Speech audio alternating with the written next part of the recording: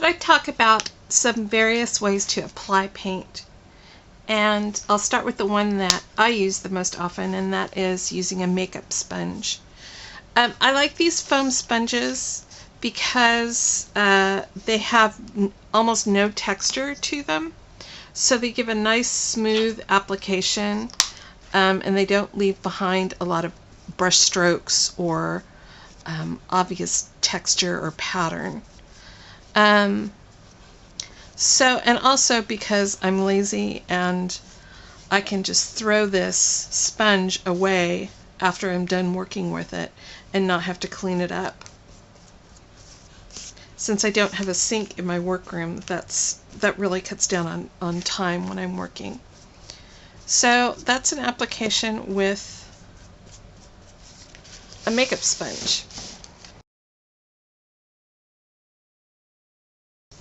This is a plain bristle brush. It's a really inexpensive brush available at most hardware stores, and some craft stores also sell bristle brushes. I like this for dry brushing, which is loading the brush with very little paint and allowing the texture of the bristles to show through. So you can see as the brush gets drier, the texture starts to show. And I'm just base coating, so I went ahead and squirted the paint onto the surface of my book. And I do that with most surfaces. But if I'm going to do a second color over the top, I'll use a palette like this styrofoam plate. And I'm going to dry brush a second coat. This is still a little damp and my brush hasn't been cleaned out yet because it's a long walk from here to the sink. So I'm just sort of loading up my brush with some paint and then dabbing it off on the palette so that I can do a little dry brushing in a second color.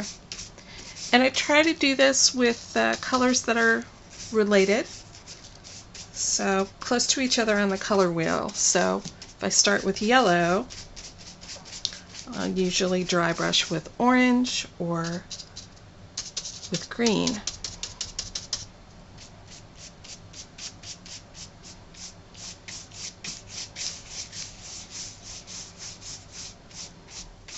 It's really easy to get a nice texture going with this brush.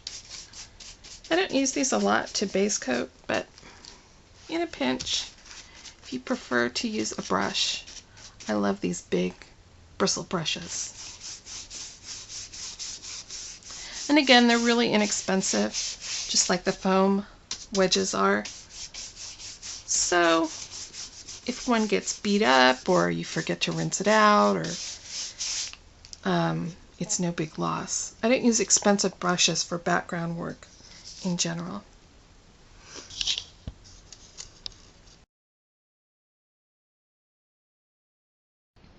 The next applicator I'm going to use is a Brayer, and I have just a piece of wax paper here. You can do this on any sort of surface, wax paper, a craft sheet, plexiglass, a piece of glass, whatever. And you can use this Brayer two ways.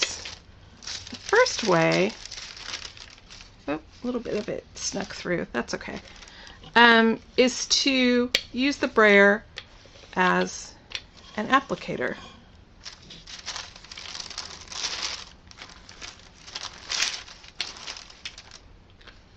Just like that. So you're just rolling on paint.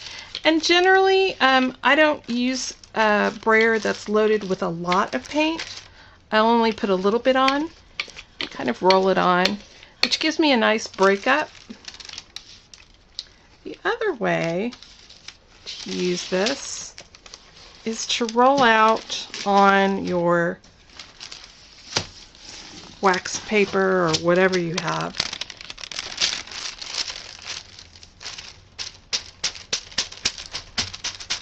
And then apply it.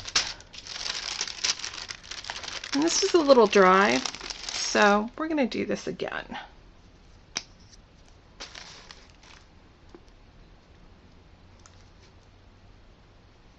So just a line of paint that you can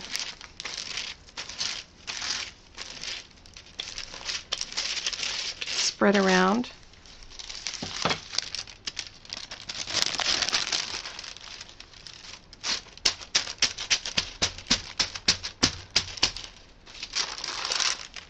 And then lay onto the surface and peel off. It's sort of the poor woman's monoprinting.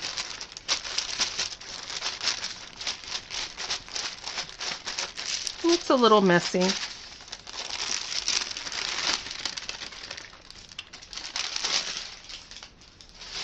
And then I'm going to take this brayer and clean it off on my page by rolling it out.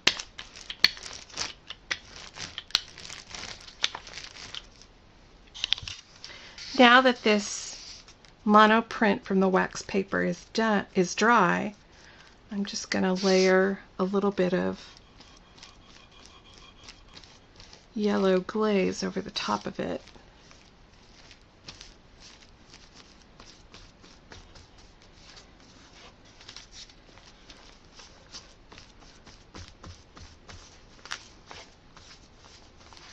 And it kind of softens the orange a little bit, and also tones down the book pages that are underneath it.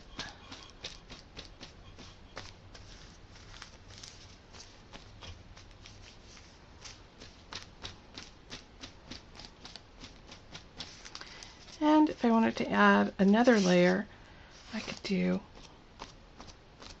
just some paint dabs with the yellow or with another color.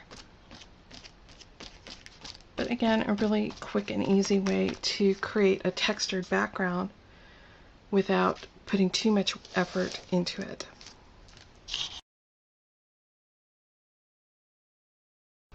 So the next applicator we're going to use is a sponge. And this is a sea sponge, not to be confused with a cellulose sponge. This is not a good substitute for this. This will give you a very regular sort of rubber stamped effect, even if you try to break it up. And it also has hard edges. And, you know, even if you tear, you're still always going to have the same pattern. This is very soft and flexible, and you end up with a sort of random look when you sponge with a sea sponge. So this is slate glaze, and just a set of pages that I've gessoed. And this is one of my favorite effects, using this slate along the edges of a gessoed set of pages. What I'm doing is I'm applying the glaze, and then I'm going back and hitting it with the back side that doesn't have any glaze on it to sort of soften, and then patting inward to kind of clean that back end off so that I can start again. And it really takes very little glaze to do this.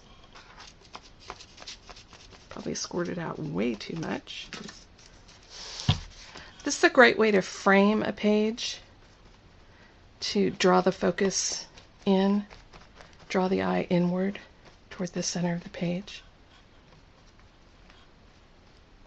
You can come back and do a little darker in places. I like to do darker corners.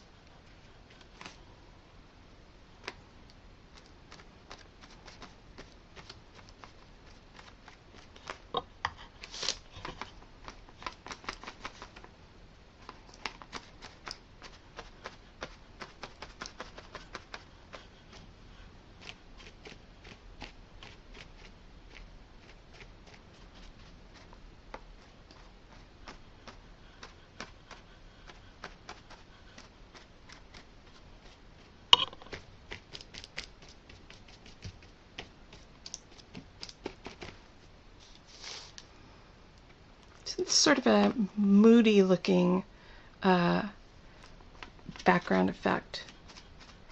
And I left the center blank. I usually do because there's going to be stuff going on in there, and but there's no reason that you can't do sponging in the center. Sort of move your sponge in different directions, and then soften it. This is great for doing sky. If you do a blue sort of breakup background with a brush, and then white over the top of the still damp blue, and then more white over the top of that, you can get nice clouds going. So that's sponging.